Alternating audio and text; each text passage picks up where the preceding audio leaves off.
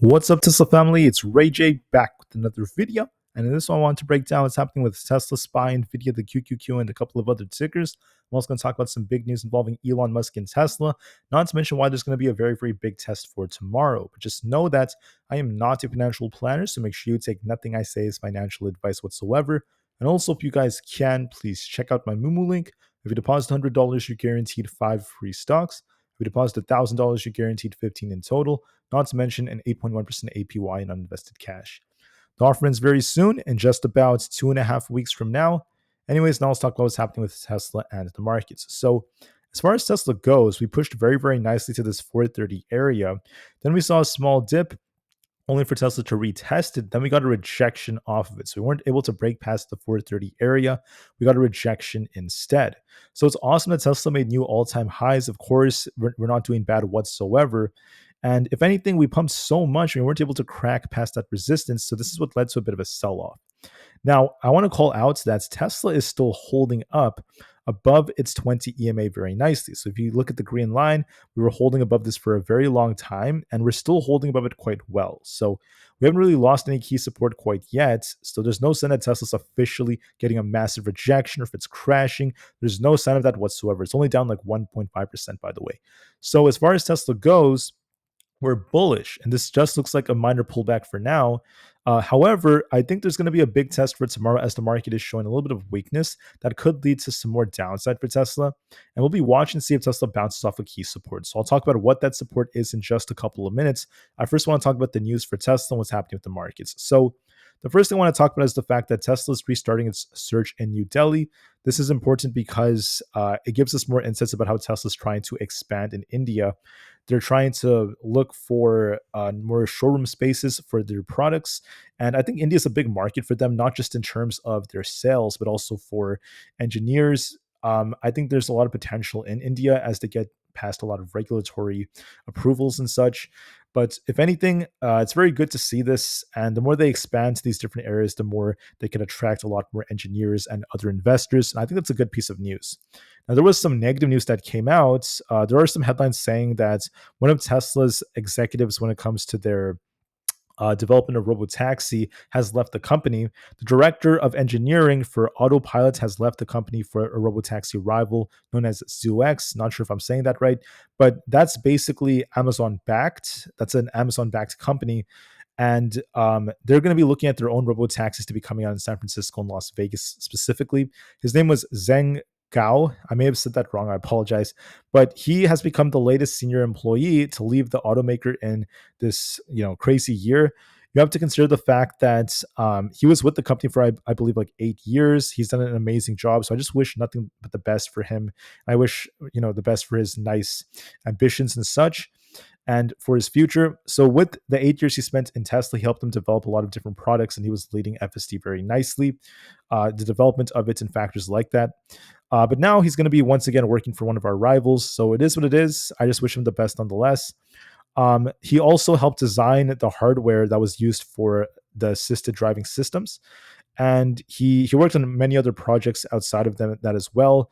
I think he was helping a lot on the Cybercab. So the news of him leaving is not the best of news for Tesla. That could be part of why we sold off a bit. And then there's also this news right here. The media is screaming that Elon Musk's net worth has surpassed $400 billion. I just want to say this, he owns a lot of shares in these different companies, and this money is not necessarily in cash. It's not in liquid assets. It's just in stock for the most part. So Elon Musk, it's his money. It is what it is. Say whatever you want, but at the end of the day, he worked very hard to get to where he is. And I just want to say I appreciate him for his efforts.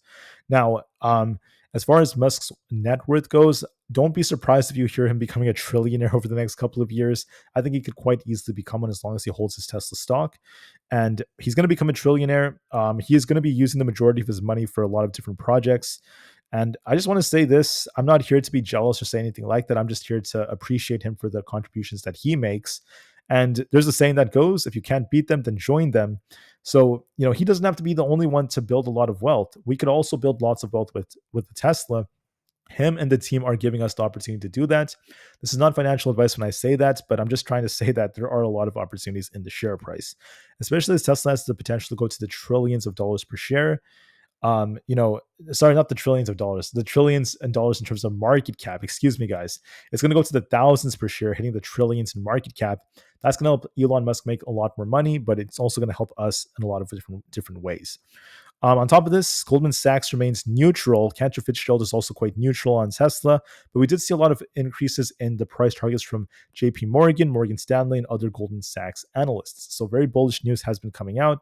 The price price ratio is very bullish, hitting these new highs because Tesla's been greatly outperforming the market. And then on top of that, we do have a tendency of being green about 49% of the time on Fridays, with more volatility at 11 o'clock a.m. and 1 p.m. Eastern Standard Time. So that's it for our data. I'm still seeing some headlines with the Chinese sales going up. We had one of the strongest months in history in China. I think the third strongest in history. So not bad, at least in terms of their domestic sales in China. But let's just hope we get a big push for the end of the year sales. Now for Tesla, we had about 87 million in volume, so not that strong. And then going into tomorrow, we have a max pain at 387. We have a very balanced put to call option ratio. So there might be a lot of choppy price action tomorrow because of that, but we'll see what happens. For the broader markets, just know this, okay?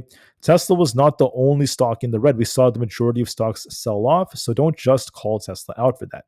We saw Google in the red, the finance sector was in the red, Netflix, Nvidia, Amazon, the list goes on. Almost every stock was in the red with some exceptions. And that's why Tesla came down, kind of following the overall trend. Tesla was also due for this from a technical standpoint. We already pumped so much. So it's not like we're red overall. We're only down 1% after like over 10% of upside for the last couple of days. So Tesla's still very, very bullish. However, just know the market was in the red and that's what helped drag it down. Why was the market in the red? One of the reasons was because of PPI. Unfortunately, the PPI data was not too good. We saw PPI month over month at 0.4% above expectations.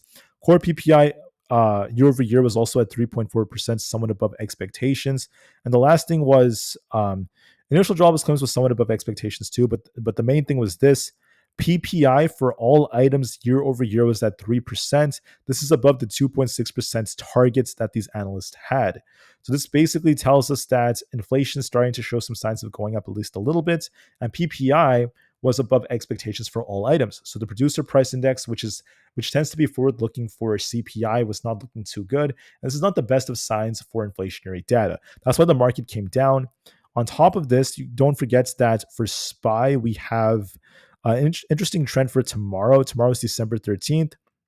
We have a little bit over 400,000 of these calls expiring, and we have over or very close to 600,000 puts expiring for a 1.43 put to call ratio. 597 is max pain, so if this does go up close to 600, the market makers would greatly benefit from bringing the market lower. So we'll see if that ends up being the case or not.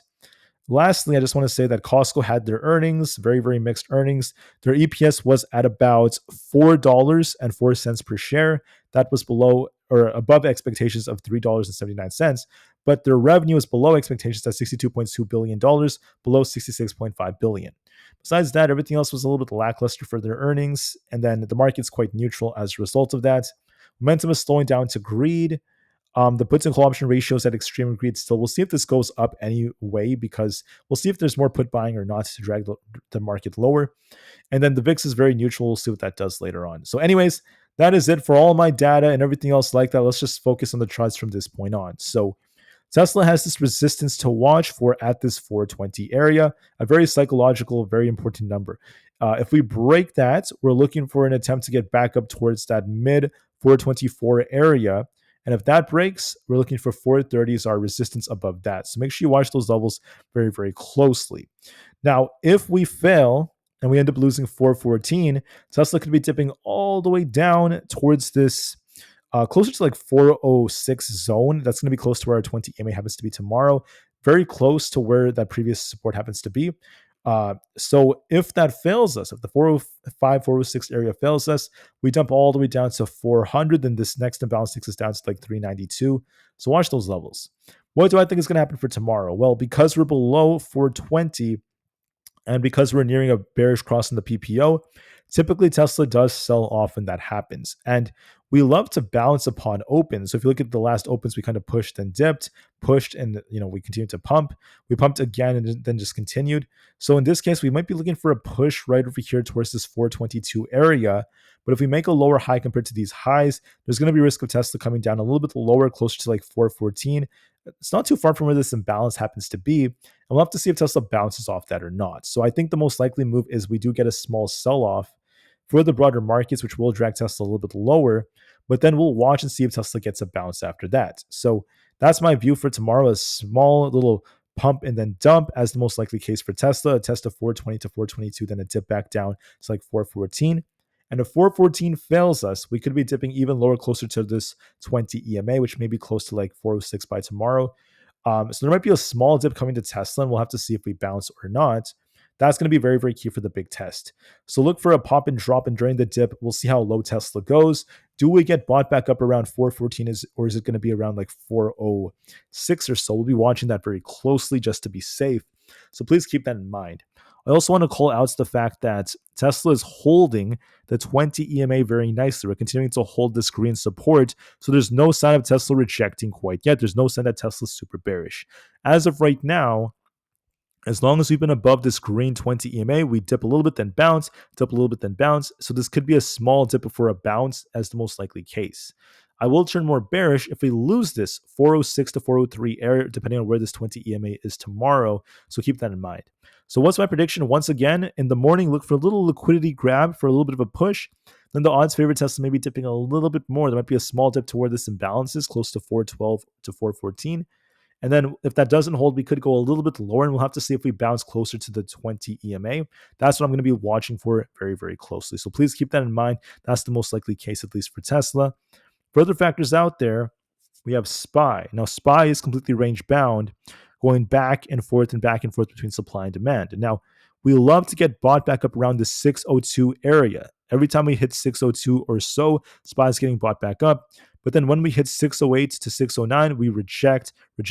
So that's the range on SPY for now. And we actually have these levels to watch for like this. So for SPY, watch 605.25 and 606 is resistance. If we get above 606, we're back to bullish to get to 607.5.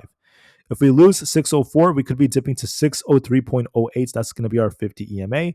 To 602, that's going to be the low from Tuesday. And if we lose that low, we dump all the way down to 605.98. What do I think is going to happen? Well, the issue with SPY is the fact that the 4 hour is looking weaker. And then also the daily is showing some weakness as well to me. If you look at the daily SPY, it looks like it might dip a little bit lower. So I think we gap up tomorrow, but there's going to be a risk of us grabbing liquidity between 604 flat and then 603.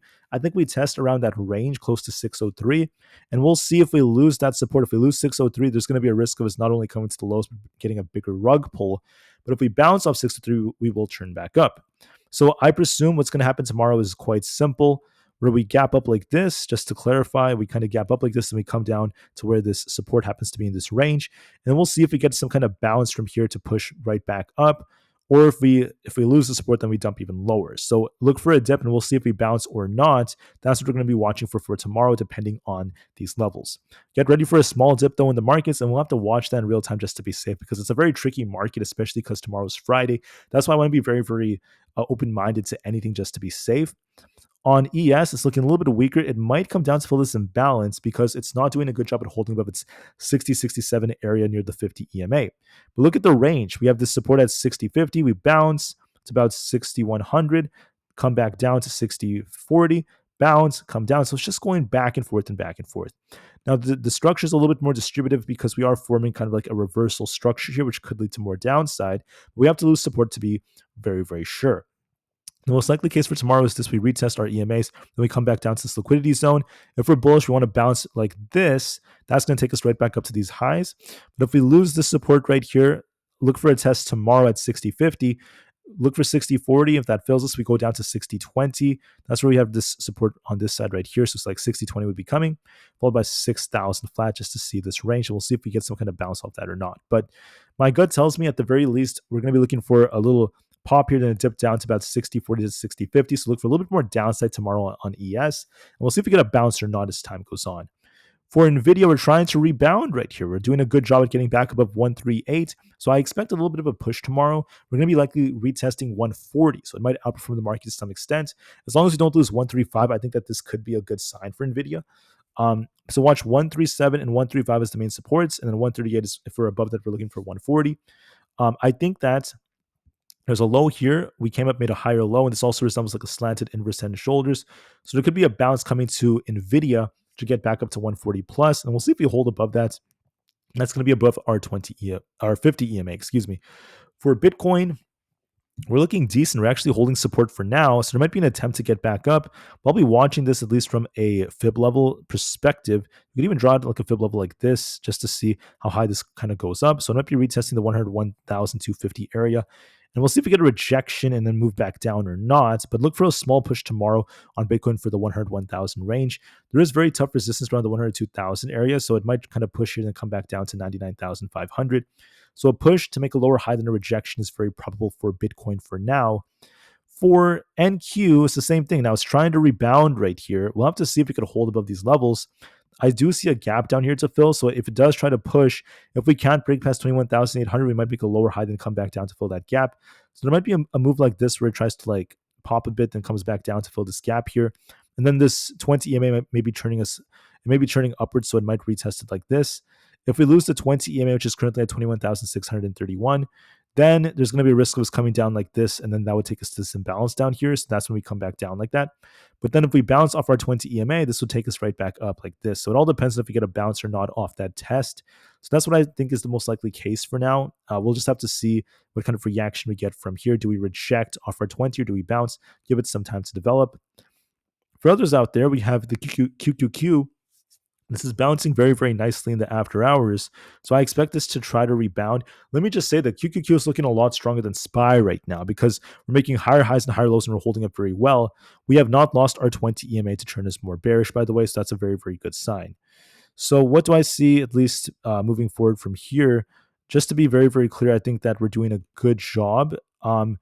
If we were to hypothetically continue on this trend, we should gap up tomorrow, but be careful because there's going to be a gap forming on the daily. So it could still come down like this, but as long as we don't lose our 20 EMA, we could just continue to push and make a move just like that because it still looks bullish, right? But if we lose our 20 EMA at 525, it's going to be in the 525s tomorrow, then we could be dipping back down. So for tomorrow, I think we do push a little bit higher for that 530 test. There might be a moment we dip back down to like the 527 area to grab liquidity, but as long as we don't lose our 20 EMA, this is going to remain bullish and there's no sign of a big rejection. Also, the QQQ is a lot stronger than SPY, so it is favoring 530 or above. So it's looking pretty good so far. I do see some tech stocks looking a little bit weaker, which makes me think that maybe this kind of gaps up, maybe slows down as the day goes on to retest 525. And we'll see if we get a bounce off that or not. For example, Apple has like a head and shoulders. It's going to likely be testing 246 tomorrow. If we break 248, look for 250, by the way, but this is favoring 246. We need to bounce off that. Otherwise, this is going to be looking for a bigger dip back down for 244 to 242. So look for a dip right here. We'll have to see if we bounce or not. Otherwise, there's going to be a risk of us coming down to form a head and shoulders as the most likely possibility. For Netflix, we are trying to hold our 20 EMA, but it's looking kind of weak here. I think that there's this imbalance over here, which makes me think that there might be like a bounce here, then a dip right here to grab liquidity. So that makes me think there might be a small dip on Netflix before it attempts to rebound, depending on if it holds the support. But there's going to be that risk of a pop and drop. So look for an attempt to retest 925. If that fails us, we're going to be coming down to 922, then 920, and then we'll see what kind of reaction we get. For other tickers out there, we also have MSTR. This is in a range right here. We're going to be looking for a rebound for 400. And then we'll see if it gets a rejection off of that. So look for a retest of 400, and it could be dipping back down to 387 as the most likely possibility. Celsius or CELH looks more bullish. It could be trying to grab this imbalance, taking us up to about 32.8. For Supermicro, we're doing a good job as well. We could be retesting 38.6 and 40. We might hit this range before it tries to reject again. If it rejects and makes a lower high, we could be dipping closer to about this 35 area. So it is possible it continues to downtrend, but look for a push before it continues to churn. For Palantir, we're holding our 20 EMA, so this could attempt to push up for 74 plus. I think there's a good chance that as long as we don't lose 72.5, we push up for 75. But if we lose 72.5, we dip back down to 70. I favor upside for 75, though, so it's doing a good job at holding up. Rivian is looking pretty decent as long as we don't lose 13.67. We're favoring a push back up for 14.5. SoFi is looking so. We're in a range right over here.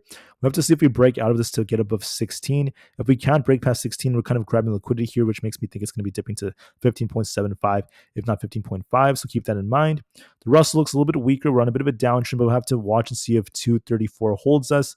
We'll see if we get back in the range or not. But if 234 fails us, expect 232. It is looking a little bit weaker. So it favors downside a bit more. AMD is balancing with NVIDIA. Look for a test of 132.3. If that breaks, we retest these highs for 134. So there could be a bounce coming on AMD. I see potential in it. ARM looks a little bit more bullish for 152.5 as potential targets or above. And then we also have 154 above that. So I see potential in it. Coin is stuck in the middle, going back and forth and back and forth.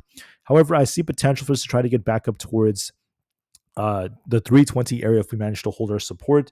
So we'll see if that ends up being the case or not. But overall, I just want to say we're doing a good job at trying to maintain that level.